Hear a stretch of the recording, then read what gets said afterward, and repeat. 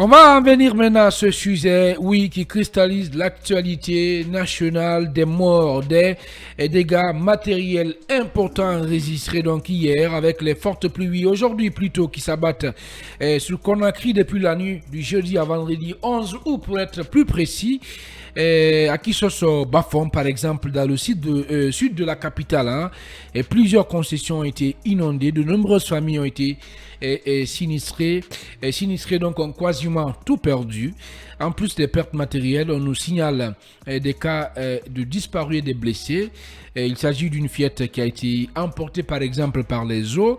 Une autre femme a été sauvée de justesse voilà, qui a été sauvée donc de justesse et dans un état très très critique.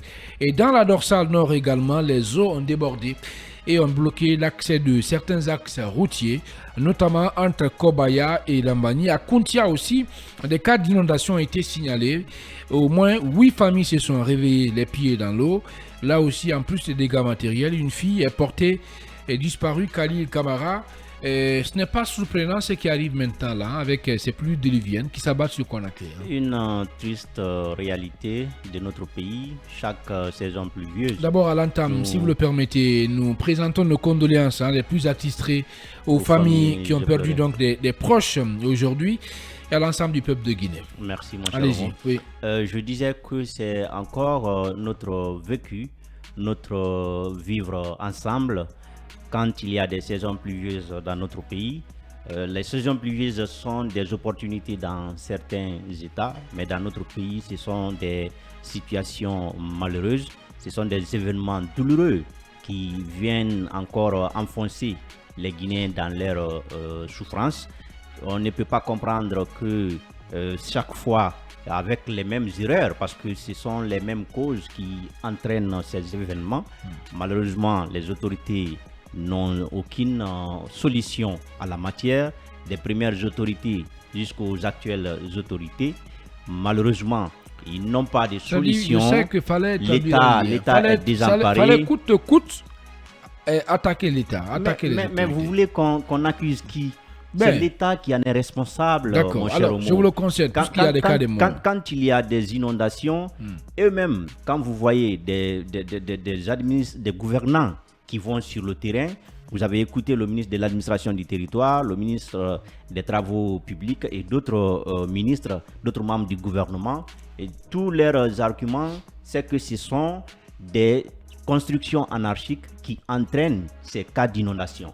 Maintenant, quand vous parlez des constructions anarchiques, à qui vous voulez imputer la responsabilité si ce n'est pas l'État? C'est quand il y a des constructions anarchiques, c'est parce que l'État n'intervient pas au bon moment. C'est parce que l'État ne contrôle pas son territoire. Quand je dis l'État, ce sont bien sûr les gouvernants. Si les gouvernants ne prennent pas leurs responsabilités, les gens font ce qu'ils veulent. Vous savez, dans une société, il faut toujours des personnes qui sont donc devant pour prendre des sanctions, pour comment faire en sorte que les gens arrivent à respecter les normes de la société. Maintenant, ceux qui sont censés faire respecter ces normes de la société, si ces personnes-là faillissent, vous savez que le résultat n'est que catastrophique. Donc, ce que nous vivons, ce n'est rien d'autre que la démission de l'État. Et malheureusement, même aujourd'hui, ce sont les mêmes discours que nous avons connus avec les anciens régimes. C'est de dire, voilà, il faut dire aux citoyens d'arrêter des constructions anarchiques.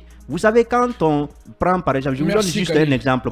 Je vous donne juste un exemple. Quand vous prenez même dans la circulation, l'État par exemple contraint des conducteurs à porter le casque, des conducteurs donc des motos à porter le casque. Mais si vous laissez des citoyens, alors comment vous voulez que ces citoyens-là appliquent cette loi si réellement vous ne les contraignez pas? Il faut les contraindre pour que réellement ils arrivent à porter le casque. C'est la même chose en ce qui concerne la construction. Pour que les normes de construction soient respectées dans notre pays, il va falloir que l'État prenne ses responsabilités, que l'État même amène des citoyens à respecter ces normes-là. Allez, sauf que la Guinée n'a pas commencé Mamadou Abaldé le 5 septembre. Et cette fois-ci, en cette période difficile que traverse le peuple de Guinée tout entier, puisque quand il y a des morts, c'est toute la nation qui est touchée.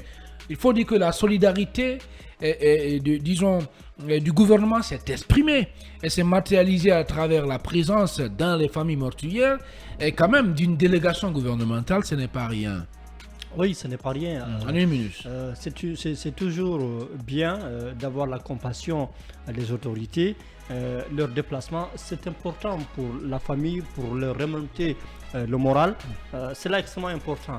Mais à côté de ça, on aurait pu également, à travers les services de l'État, les services compétents, je veux dire, on aurait pu quand même agir avec efficacité. Ça veut dire quoi? Ça veut dire que d'abord, des services de météo devaient fonctionner normalement pour alerter les citoyens par rapport à cette journée ou à ce qui allait se passer, même si ce n'est pas des informations avec une certaine exactitude, mais que nous puissions avoir quand même une idée de ce qui allait se passer aujourd'hui et comme ça les gens puissent prendre des précautions.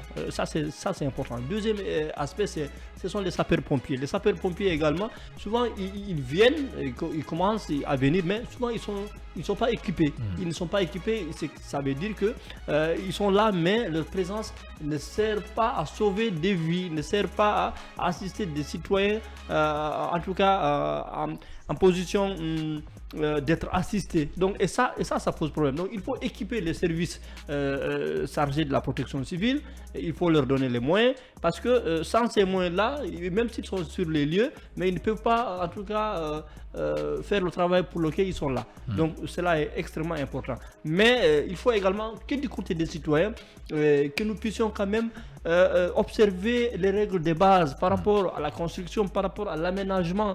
C'est vrai que c'est l'État lui-même qui doit avoir un plan global par rapport à l'aménagement. Aujourd'hui, si vous prenez l'urbanisation à Conakry, mais c'est un gros foutoir, c'est un désordre. Nous aimons bien le désordre ici. Donc, c'est ce qu'on n'arrive pas à comprendre. On construit anarchiquement et puis on jette des ordures par-ci, par-là. Quand il y a les pluies, les eaux de pluie, on sort les ordures que nous jetons dans les rues. Et tout ça, ça crée des problèmes. Et il faut que nous ayons des attitudes citoyennes, civiques, sans quoi nous allons nous créer, en tout cas, beaucoup de tort nous-mêmes. Bien. Place à présent à notre invité et c'est au compte de la rubrique à bâton rompu.